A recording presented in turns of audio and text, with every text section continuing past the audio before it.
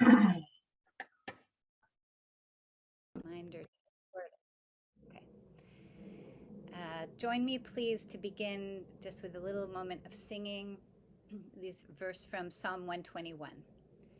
Esa einai el heharim me'ain yavo ezri.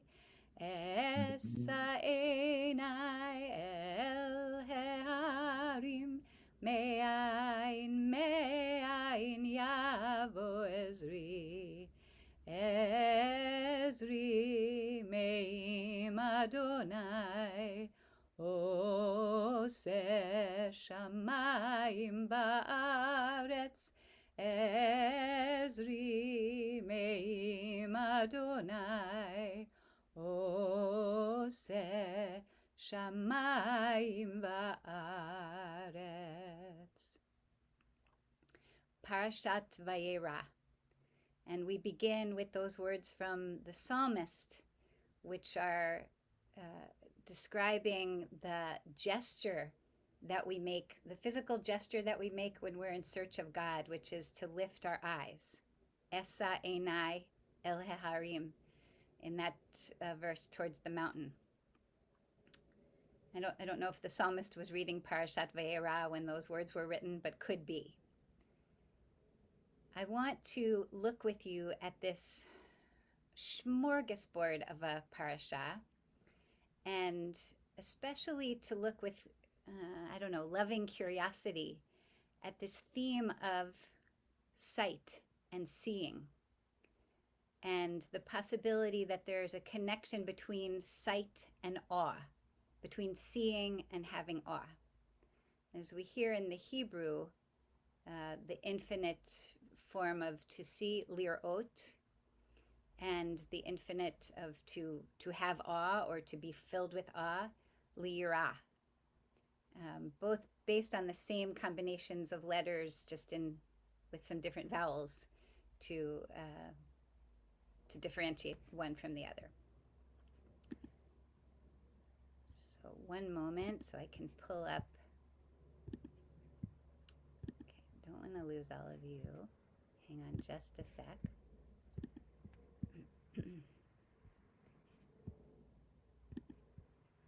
Okay.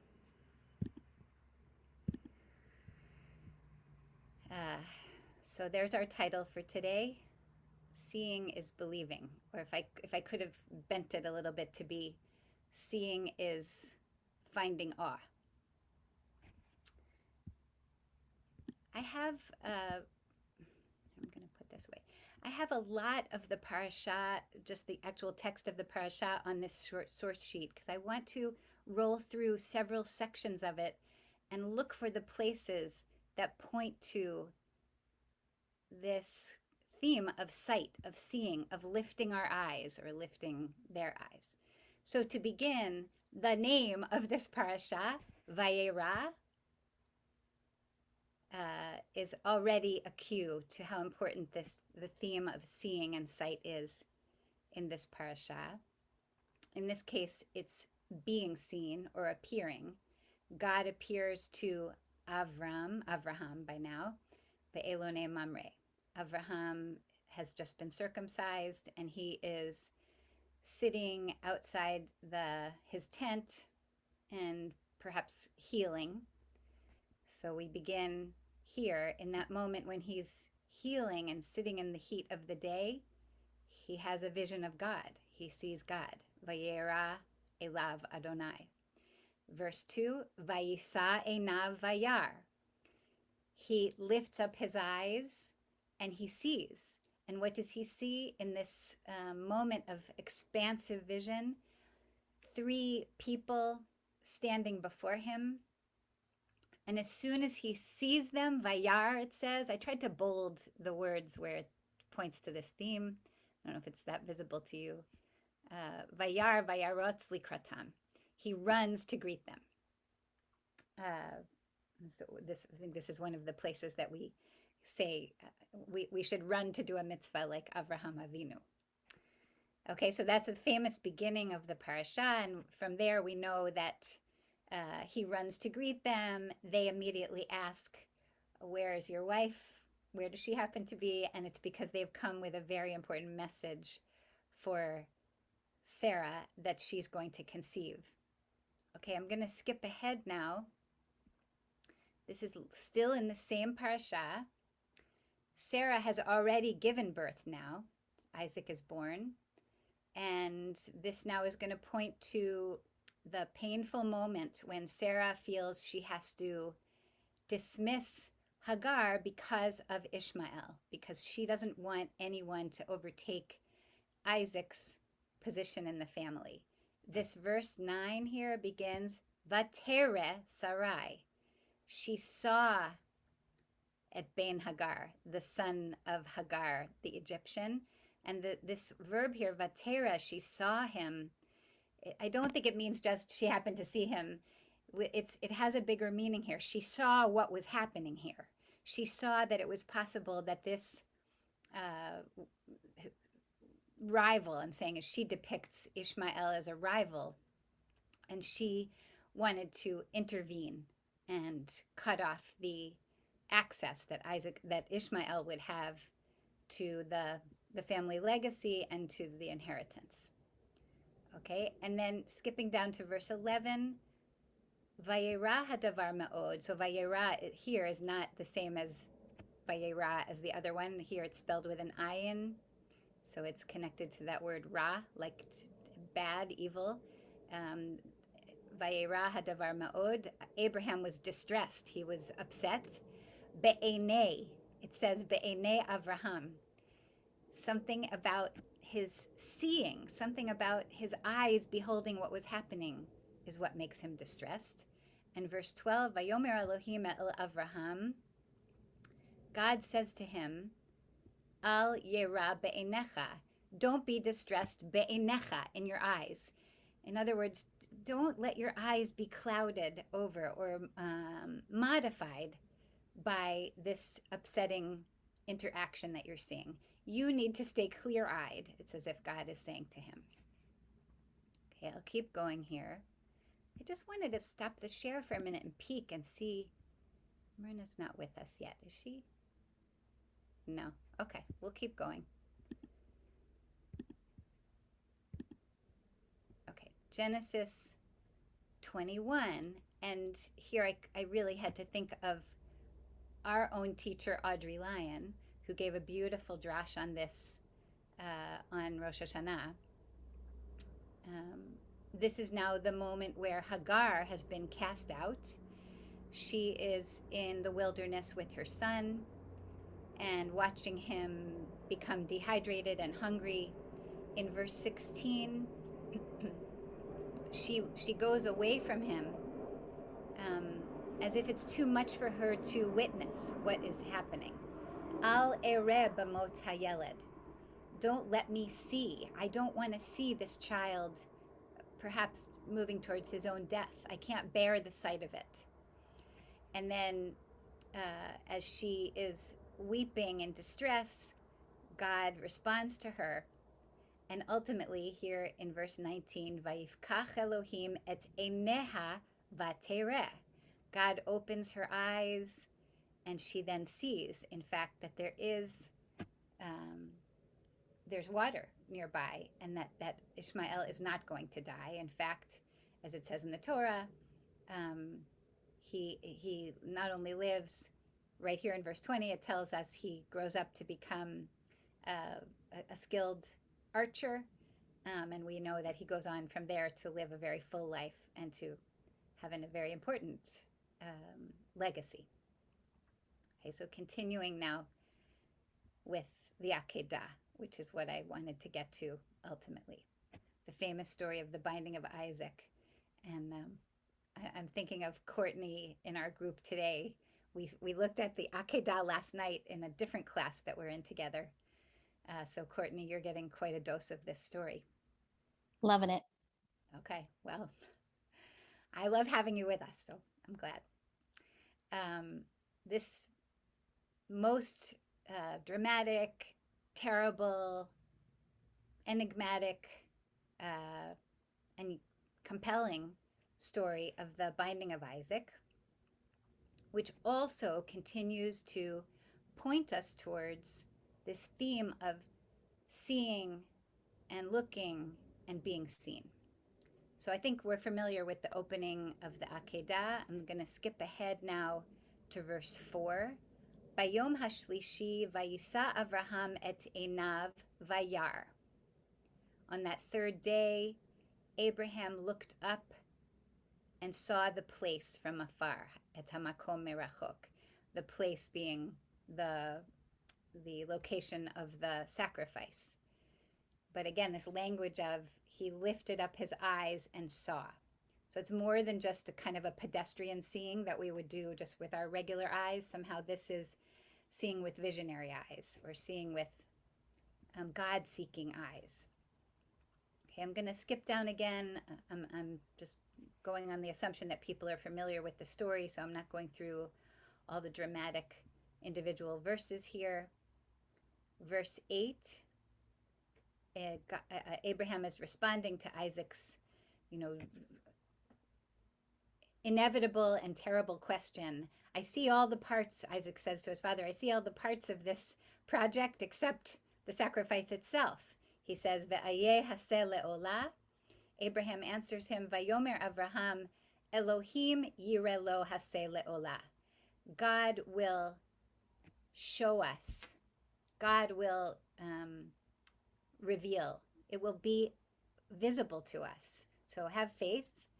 And maybe this is where the title Seeing is Believing could come from. We know that according to the story, I'm just scrolling through here, Abraham is stopped in his tracks, by the voice of an angel who calls to him. And now in verse 13, Vayisa Avraham et einav vayar. So once again, he lifts his eyes and he sees, and this time, just in time, he sees an ayil, a ram, achar ne'echaz basvach bekarnav. This ram that is caught in a thicket, but which is suddenly he realizes clearly that's the seh le'olah that Isaac was asking about, not Isaac himself. Okay, and then finally, verse 14. Vayikra Avraham shem hamakom hahu Adonai yireh. So Abraham called that place, the place where that almost sacrifice happened, which was then kind of righted, and the correct sacrifice was finally made. That place Abraham names, where am I? Adonai yireh. I'm looking at the wrong thing. Sorry.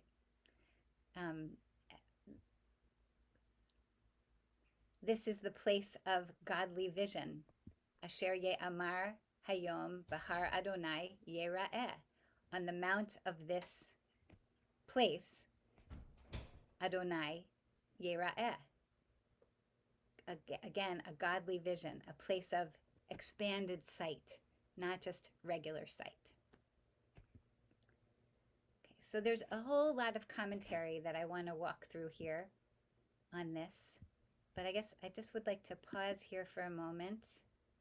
Just want to peek and see, is Myrna with us? Not yet. Okay.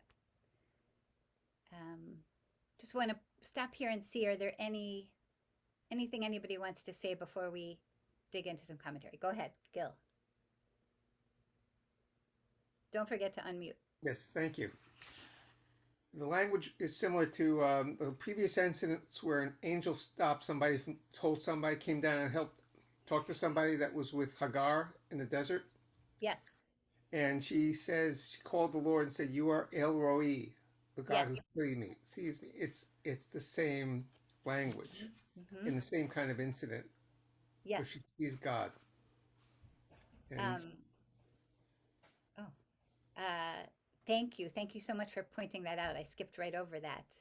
But very much God being presented or portrayed as the source of seeing. Anything else? Carol, go ahead. Yes, I noticed that God and his representative go back and forth. So sometimes God is direct, and sometimes it's through an angel that the message gets delivered. And I wonder if you will be talking about that. It's a really good thing to notice. It wasn't on. It's not on my plan for today. I'm really focused on this Yeah, question of yeah, seeing. But you're absolutely right. There are places where uh, God speaks directly to one of the ancestors, and other places where it seems to be an angel who steps in. yeah. It dilutes it a bit when the angel says, God says. Why? Because God comes along in a second and does have direct dialogue. I So, think this is what you're saying is so interesting that it dilutes it. I really want to like let's have a whole nother day just to talk okay, about good. it. Yeah, thank you. What a really interesting way to put that. Okay, I see that Myrna Seidman has arrived, and let's just pause right here and all look towards Myrna, since we're talking about looking and seeing today. And Myrna, we're so glad to have you with us and to celebrate this incredible birthday with you. And thank you for your support for our study today and for the many years of leadership and teaching that you've done. Were you going to say something? Go ahead. Thank you. I just want to say I'm glad to be here and I'm glad to be part of the study group. It's great to continue the study with my Adat Shalom friends. Here, here. And it's great to celebrate 85 years. It's kind of amazing. I don't believe it, but here it is. It's amazing. Wish you only good things going forward, good health and continued vitality. Thank you. Yeah. Okay, let's go back to our texts. I want to just roll through some commentaries on this theme. I think I'm going to skip over Rashi for now. Okay, now we're looking at this is a midrash. Rabbi Zachariah said that ram which was created at twilight, and I thought, well, that's interesting if you accept this midrashic interpretation. Ha'ayil shenivra ben hashmashot haya. It was created at twilight. Think about how easy or not easy it is to see things at different times of day. And twilight is it's like really easy to miss things at twilight. So I just was reading this and thinking about picturing Abraham at the altar and not really able to notice that there's this ram that's waiting for his attention. So it says the ram was created at twilight, and it ran and it came to be offered up. Uvo lehit karev tachat Yitzchak. It was coming to get in the way and push Yitzchak out of the way. In this midrash, it says, but Samael, who is like a satanic character in the midrash, was standing by and distracting it in order to annul the offering of our father Abraham. So Samael wants to get in the way and stir up trouble. And it was caught, the ram, by its two horns in the trees, as it is said, now quoting Genesis 22, verse 13, which we read before. Vayisa Avraham et einav vayar v'hinei ayil achar ne'echaz basvach b'karno. Abraham lifted up his eyes and looked, and behold, behind him a ram caught in the thicket by its horns. Again, acknowledging that the midrashic authors had whatever license they wanted. This one says, what did that ram do? It put forth its leg and took hold of the coat of our father Abraham. Abraham looked and saw the ram, and he went and set it free. And then finally, he offered it up in place of his son. So again, this moment of seeing and realizing there's a different way here. It doesn't have to end in the way it began. Okay, and now, just thought this was such a fascinating, here, we're not going to read this parenthetical part, from Breshit Rabbah, also from the Midrash. Rabbi Acha said, Avraham started to wonder. So Abraham is not just blindly following God's command in this midrash. Abraham says, these words are only words of wonder. Yesterday you told me, and now it quotes Genesis 21, because in Yitzchak your seed will be called. In other words, Abraham is saying, you can't tell me to kill Yitzchak now because you already told me that he's going to be the vessel for the future. He's going to make sure that these generations go on. And then Abraham is saying to God, you went back and said, please take your son. And now you say to me, do not send your hand to the youth. It is a wonder. Like, I'm wondering what's going on here. The Holy One, blessed be he, said, Avram, and now the Midrash is going to quote from Psalms, I will not profane my covenant and the utterances of my lips. I will not change. So again, this Midrashic author is putting a quote in God's mouth from the book of Psalms. When I say, please take your son, I did not say slaughter him, but rather bring him up. For the sake of love did I say to you, bring him up, and you have fulfilled my words. So now you can bring him down. And here's the ram in case you're not sure what to do. Okay, so that was a little bit of a tangent away from our theme of seeing, but just such an interesting play on the words. God saying, I didn't actually tell you to kill him. I just said, offer him up, lift him up. Okay, now Rashi on the end of the Akedah, Vayar et hamakom. It says here, Ra'a anan, Avraham saw a cloud, kashur al hahar,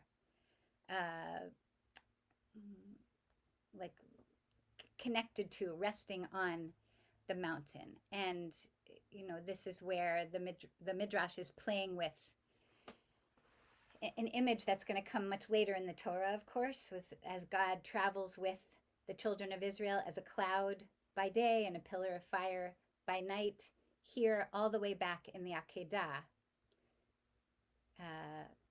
the suggestion is that Abraham knew that it was going to be this place because he saw that godly cloud hanging over the spot. From Sforno, Vayarat hamakom merachok, he saw that place from far away. He was granted additional eyesight to spy this place from a greater distance than he normally, would have been able to see. V'shaltabo einav lirot makom merachok, b'ratzon ha'el yitbarach, ke'inyan vayira'ehu Adonai et kol ha'aretz. As if to say, God is showing him all of the land, V'hevin sheba'oto hamakom yeh makom hazevach, so that Abraham could see that exact place that was going to be the place of the sacrifice. Okay, now a little bit again from the same Midrashic collection we just looked at a second ago, Pirkei de Rabbi Eliezer.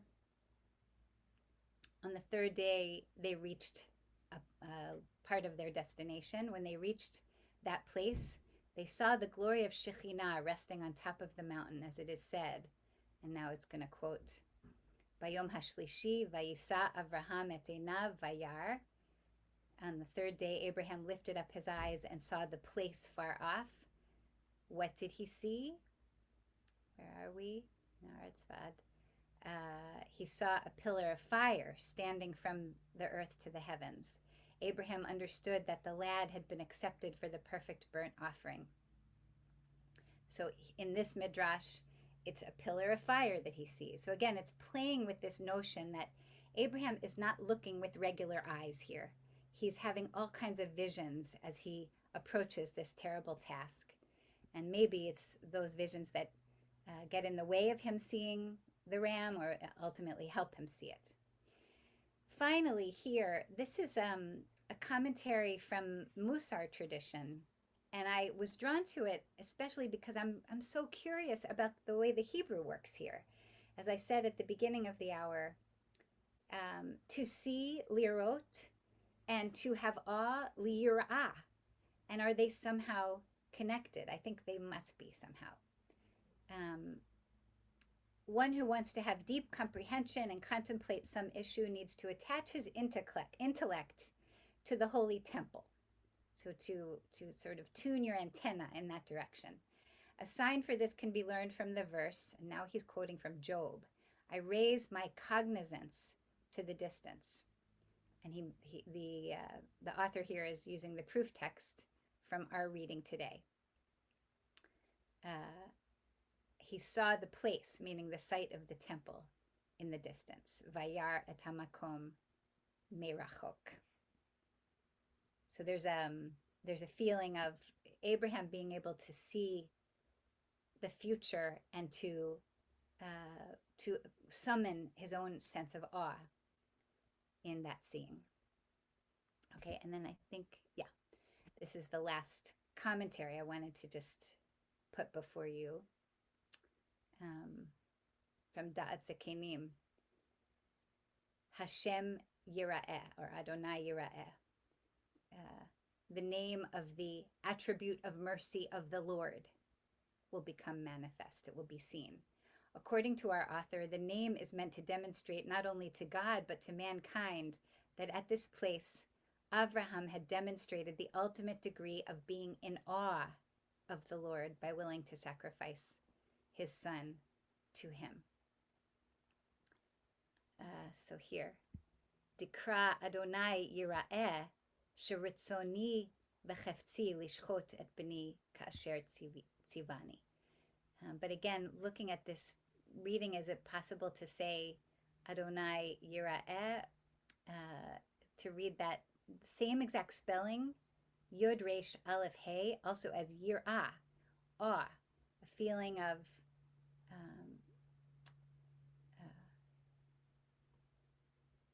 correct humility in front of God. Put it that way. Okay, so I'm going to keep going now, but let me pause here for a second.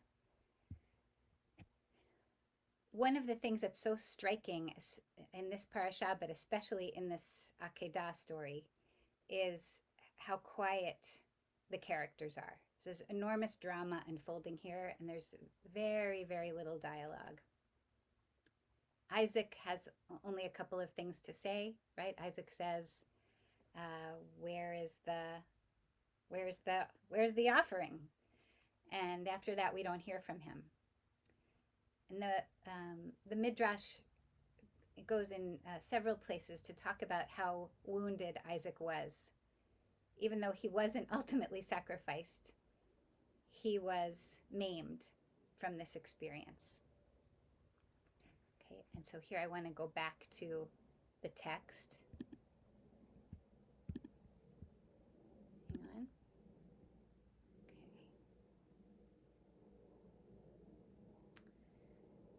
So we're reaching now into next week's parasha a little bit, but I'm doing so in connection with the Akedah that we're reading this week.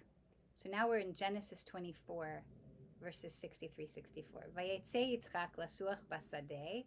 Isaac is going out, walking in the field.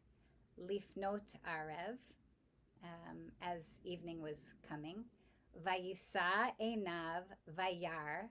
He lifts up his eyes, this famous moment when he's meeting Rebecca for the first time. Vayisa einav vayar. He lifts up his eyes and he sees v'hinei gemalim ba'im. He sees camels coming. So he's sort of lost in his own thoughts, and there's this moment where he's brought to attention and he sees. And what does he see? He sees these camels and he sees Rivka. Vatisa Rivka et einea, vatere et Yitzchak, vatipol me'al hagamal. She lifts her eyes and she sees Isaac. And I'm sure you're familiar with this little sentence that it says in the English, she alighted from the camel. She falls off the camel maybe, but it's in this moment of them seeing each other that some little electricity is ignited. Okay, and then Isaac, now at the end of next week's parasha, in the tragic story of the blessing of the sons, the two twins, Genesis 27, verse 1. Vayehi ki zaken Yitzchak vatichena einav. When he was old, his eyes were dimmed. Meirot. He couldn't see clearly. And we're going to see now some commentaries that say that that loss of vision was because of the Akedah. So I want to just share, this is from Breshit Rabbah. The English on the left, I don't understand.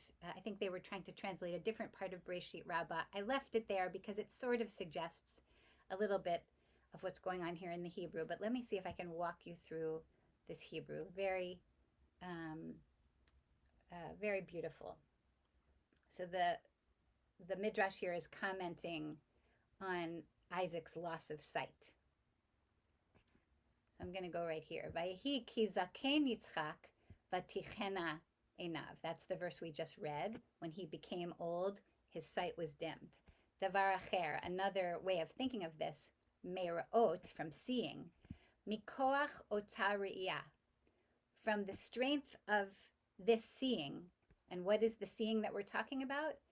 Shebasha'a she'akad Avraham Avinu et beno. In the hour, in the moment when Abraham, our father, was sacrificing his son, al gabe hamizbeach, on the the altar, bachu malache hasharet, the angels in heaven began to cry. Hadahu dichtiv, hein elam tza'aku chutza, quoting here from the prophet Isaiah to illustrate this moment of crying. V'nashru d'ma'ot me'enehem l'toch einav. It says that their tears, the angelic tears, fell into Isaac's eyes and dimmed his eyes. V'hayu rishomot b'toch einav, falling into his eyes. V'kevan shehiskin kuho, einav. And that's how his eyes became dimmed. It started at the Akedah. In the moment when Abraham's vision was so expansive and he felt that the place that the sacrifice took place would be called the place of godly vision, Isaac's vision is maimed. It's dimmed. It is diminished. Okay, and then just one more piece of this. Another reading, Hadahu dichtiv, you can also read this, Vayehi ki zaken Yitzchak, when Isaac was older. Another reading, Meirot, his eyesight was dimmed from seeing. Mikoach ota har'iyah, from the strength of this seeing, Shebasha'a she'akad Avraham Avinu, again, from this moment of the binding of Isaac, from the sacrificing of Isaac, Tala einav bamarom v'hibit bashchina. His eyes were opened, and he saw the Shekhinah. He saw this worldly presence of God.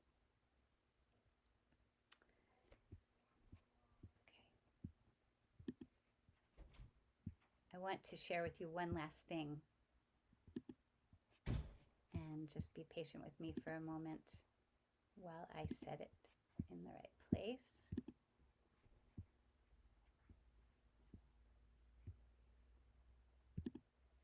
Okay. I wanted to go to a poem by the Israeli poet Chaim Guri. How do I screen share this with you? Here.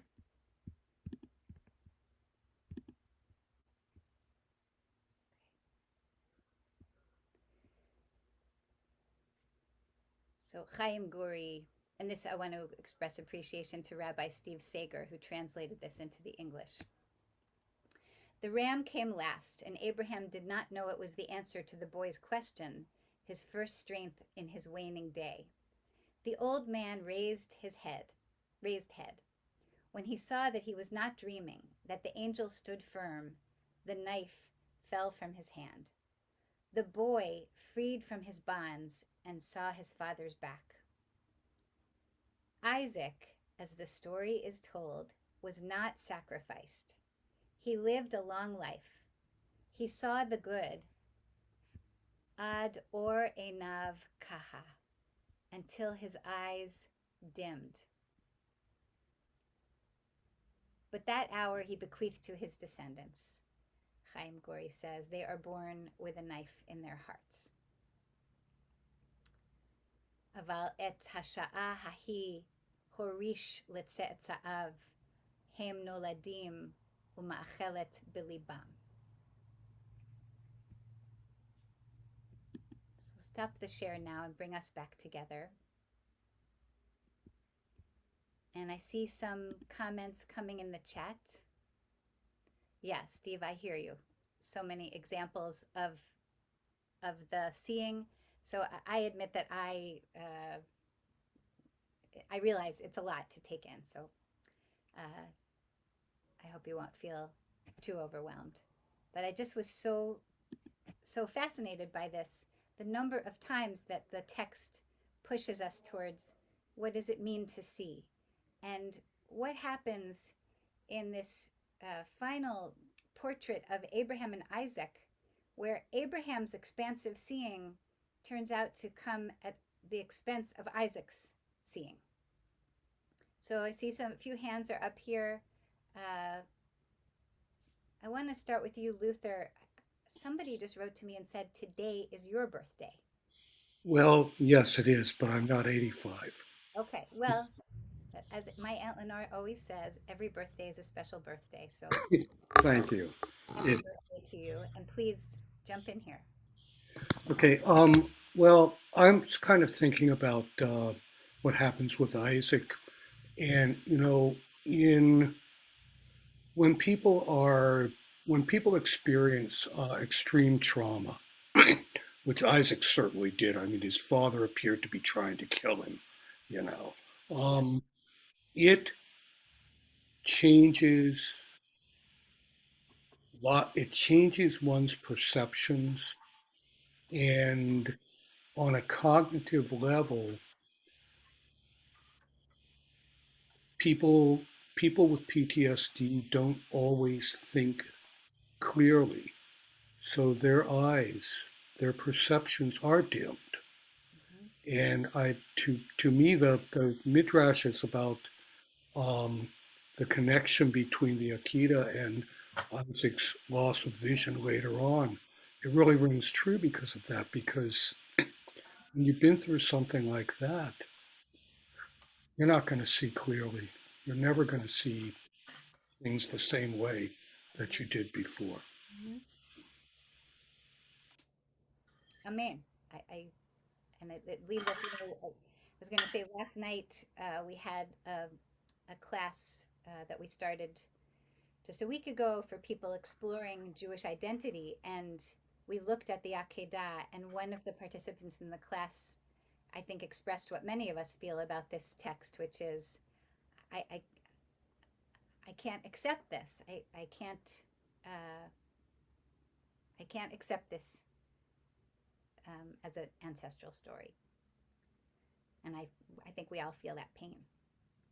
Okay, David Kupfer and then Bob Singer. Well, to go along with what Luther was saying, like psychologically, a trauma victim, if you see Isaac that way, their vision does change. And one way to look at the change is that before the trauma, you see in three dimensions. You see, like, you get to know people for who they are, but after being traumatized, you see in a two-dimensional way. You only want to know, is this guy going to be good to me or bad to me? So you have like a altered vision. The second thought I have is it's about the ram and what does the ram see? And one of those commentaries suggests that, and this is not original, maybe the ram is the real hero of the story here. The ram sees that Abraham's about to do this horrible thing of killing his own son. And kind of, I imagine the ram saying, there's got to be a better way to show your faith than this. And he sacrifices himself. Wow. I think that there may have been some poetry exactly with that in mind, but David, I think you should write something else about it from the perspective of the ram. We don't hear that in the text, at least. Thank you. I think we're going Bob, Singer, and then Harriet. And Steve, do you have something else you want to say? Great. Okay, we'll do that. Go ahead, Bob. Hi, I just wanted to comment that I've noticed over the years, this was something I noticed in my work as a family doctor, that a lot of metaphors people use are actually literally true. So that things like, he feels the weight of the world on his shoulders. When people say that, sometimes people, when they feel that, they actually have this feeling of being bowed down and having a backache or having a heartache. They actually have a sensation of something in their heart. And it's the same thing with this idea about the seeing. Um, that it's a metaphor, but it's also literal. And I made a comment in the chat earlier, this idea about perspective, that you can sort of pull back like in a telescope and see a lot of things all together rather than focusing on a detail. And it's a way of getting a sense of perspective and understanding something about what's happening by kind of drawing back and having more of an overview, more like a God view, can help you understand the specifics of what something really means. It's a perspective taking. Thank you. I'm thinking of the one of the Midrashic commentaries that says this is what Abraham was offered, a much wider angle view. I guess I'm hearing in the conversation now a lot of some of you are going towards Isaac and the trauma that he suffered as a result of Abraham's expansive vision. Isaac's is diminished, and his soul life is injured as a result. Okay, going on to Harriet, and I see there are some comments in the chat, and we'll come to those in just a moment. Um, I am struck by a bit of a different perspective. And we think so often, a little more globally, global isn't quite the right word, broadly, of seeing God and what that means in not a literal sense necessarily, but also just figuratively. And as you have pointed out, and I just want to take it a little further, we talk about Abraham seeing the strangers. We talk about Isaac losing his vision, which forces him to choose Jacob over Esau. Then God says to Moses, you cannot see me. Mm-hmm. And then Moses can see but not enter the promised land. And I'm sure there are many others, but it just all of a sudden struck me about this whole notion, as we all deal with our own thoughts about divinity and God, as what is it we're seeing? So thank you so much. You're pointing to such wonderful connections. So let's just unpack that for a minute. Moses, the famous moment when Moses says, I want to be able to see your face, God, and God says, no, I can't let you do that if you want to live. And then, as Harriet, as you're pointing out, the end of the Torah, it says, I can't quote it exactly where, but somewhere it says at the end of Moses' life, his eyesight did not dim. He remained vigorous in his eyesight, among other things, and he could see into the future. He could see into the promised land, but he was not going to go there. So he could see what he couldn't attain. To add to what you brought up, wonderful observations, I was thinking about, I don't know about any of you, but for a long time I kept conflating in my mind this parasha, just the name of it, Vayera, with Va'era, which is in the book of Exodus, because they sound almost the same and they're from the same word. Vayera, God appeared. Va'era, God is saying, I will appear. And it's in that part of the Torah that Moses is grappling with what it is to be close to God, perhaps to be able to see God, as it's expressed in this language of seeing, of appearing. But always being, thank you, Hannah, always being unable to fully see God's presence, to fully see the land, etc. Great, great thoughts. Thank you. Steve Brody, go ahead. So with you mentioning the, bringing awe into it, awe and vision, ironically, what comes to mind for me is the Bruce Springsteen song, Blinded by the Light.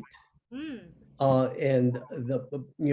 And in Abraham's, the Al Qaeda example, you get blinded, starstruck, awestruck, and you don't really see what's going on.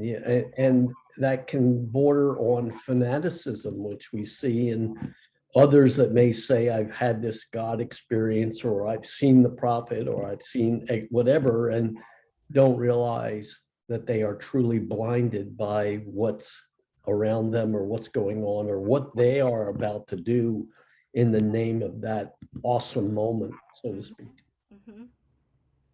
Blinded by the Light, that's not Bruce Springsteen, is it? Yep, I looked it up just now. It was Manfred Mann did perhaps the more well-known song, but it says written and composed and performed by Springsteen. Manfred Mann wrote it. Well, that's not what I saw, David, but I will defer to you. Anyway, it's a great popular way of thinking about this, and for sure, we've had many examples in different parts of history of a kind of fanaticism, a very dangerous fanaticism that takes over when we think we're not blinded, but seeing. Awestruck. Yes. Awestruck to a fault. Oh, can I sit closer to the microphone? Okay. I'm just trying to, speaking of blinded by the light, there's a slice of sunlight coming right in my window here that I was trying to just be able to see. Marcia or Kevin, go ahead. It's actually Marcia. I was doing some studying this week of the Sephardim Met and also Rabbi Sachs. And what the two of them, I believe, were saying is that that the reality and the promise were very different, that God had told Abraham on at least 7 occasions that he was going to make him a great nation. And the reality that Abraham was living was not that. So really what the test was, can you learn to live with uncertainty? And can you learn to live with fear? So Yareh is also or, but it's also fear. And I think there's a lesson that when we allow our fears to get in the way, our vision gets very clouded. And the other thing that struck me when you mentioned, the roots for seeing is Resh Aleph Hey, and the root for awe is Yud Resh Aleph. And I know the rabbis do this game with Ish and Isha, man and woman. And if you look at the letters that are in common, and this works right now for Ra'asi and Yareh, the letters that are in common are 2 letters, Resh Aleph. The letters that are not there are Yud Hey, which is the divine name. So I think, it's a nice drash that when we see with a different perspective, which is a perspective of awe rather than of fear, that's where the divine enters in. Let me just add something very quickly. I remember when a very revered Chazan gave a sermon on the high holidays about Vayisa, about the lifting up of eyes. And I, in fact, gave a lesson on that at one of our retreats. Now this revered Chazan is a revered Rabbi Chazan. I remember your talk, Kevin. I remember loving it. And in fact, I think probably some of what we're doing today, at least in my mind, is riffing off of that, yours, and as I said, off of Audrey's. Thank you for reminding us of that. I was just trying to spell out in the chat here the the the letters. Marsha, do that again. Yud Resh Aleph Hey is Yir Ah. So Yud Resh Also Aleph Yira Hare, right, is awe, Mm-hmm. and Resh Aleph Hey is see or vision, right? So the Resh and Aleph are common to both, right? But the Yud Hey are not. So the Yud Hey is the divine name. So Oh, when you I put the see. divine name in and you see um, with a sense of awe and not a sense of fear, Mm-hmm. that's when the seeing takes place or the vision takes place. And they do that, I mean, with Ish, which is man, and Isha, which is woman.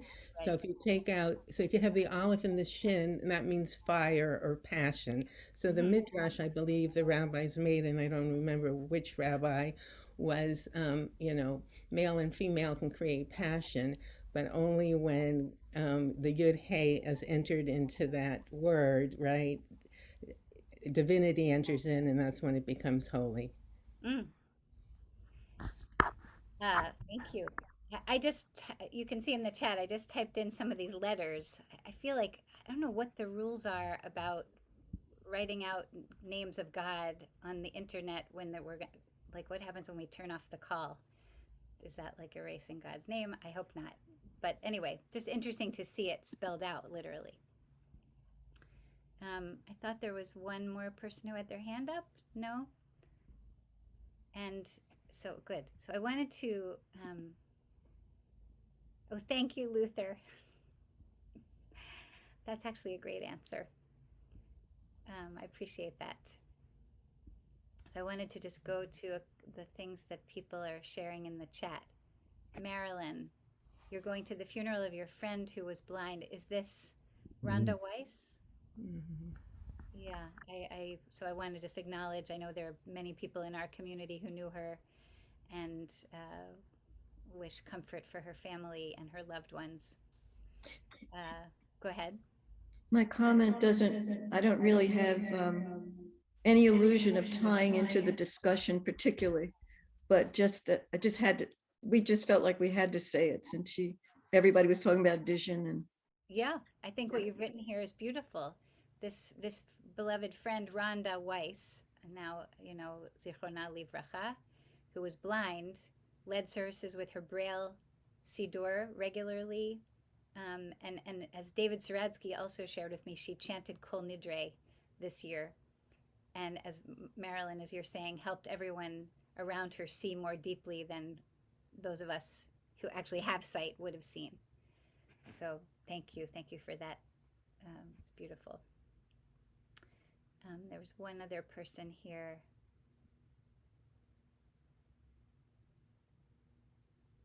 This is Abraham's last apparition of God. Yes, Gil, thank you. So this terrible moment of the Akedah is the last time that Abraham has a God moment, so to speak, and the rest of his life, at least according to the Torah, is all taking care of business. Just want to make sure I catch these. Oh yeah, Barb.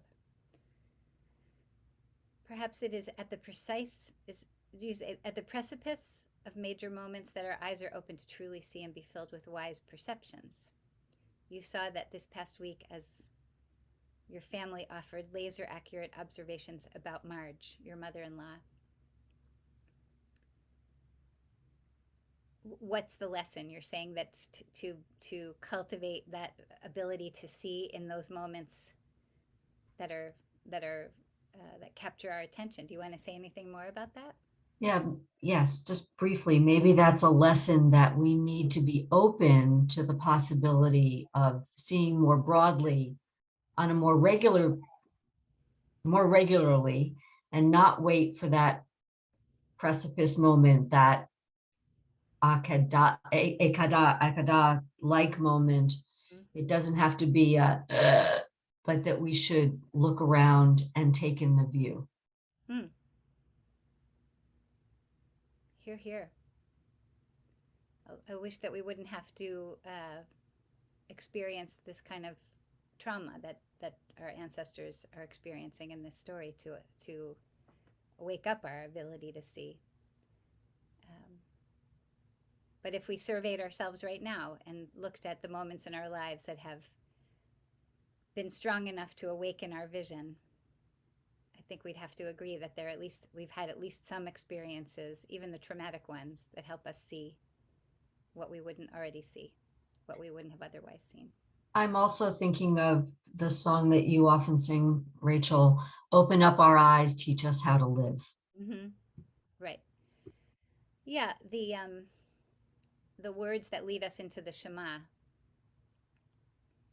B'ha'er eininu b'toratecha, open up our eyes to your Torah.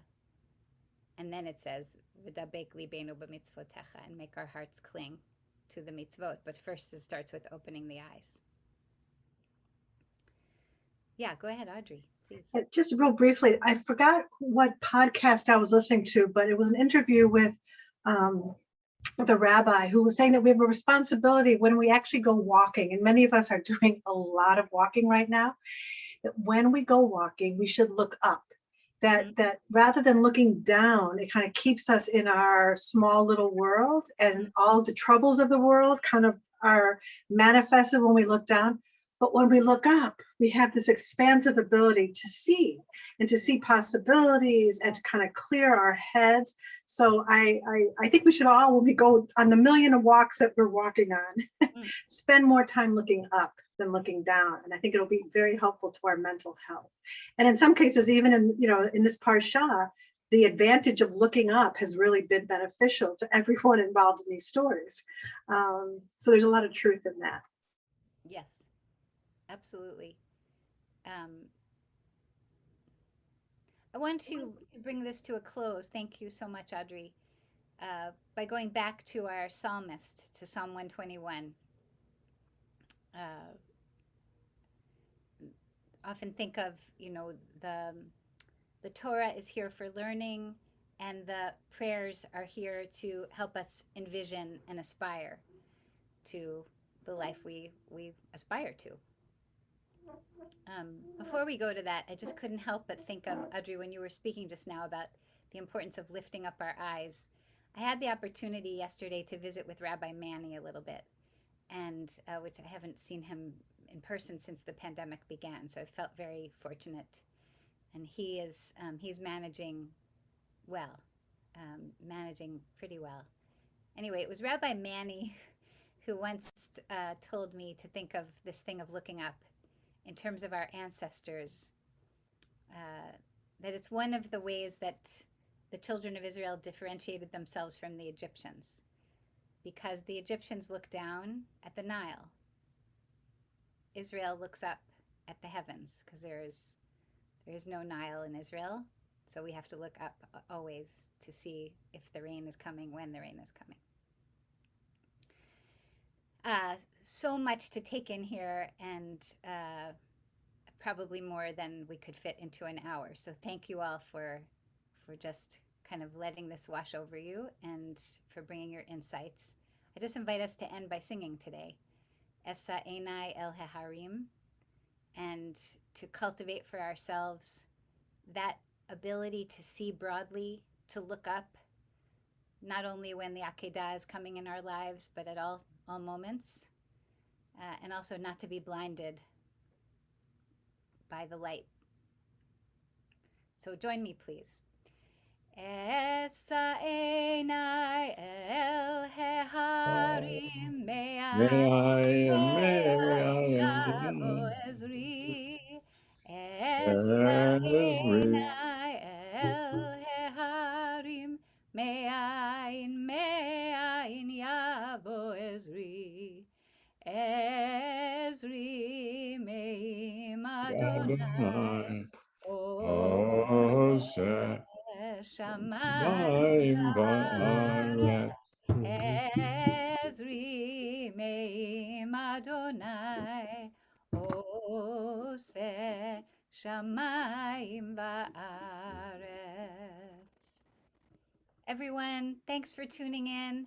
Myrna Seidman, a hearty and healthy and happy birthday to you. And see you all soon. And to Luther as well. And to Luther, of course. Yes. Where are you, Luther? Have a good rest of the week. Enjoy this beautiful day.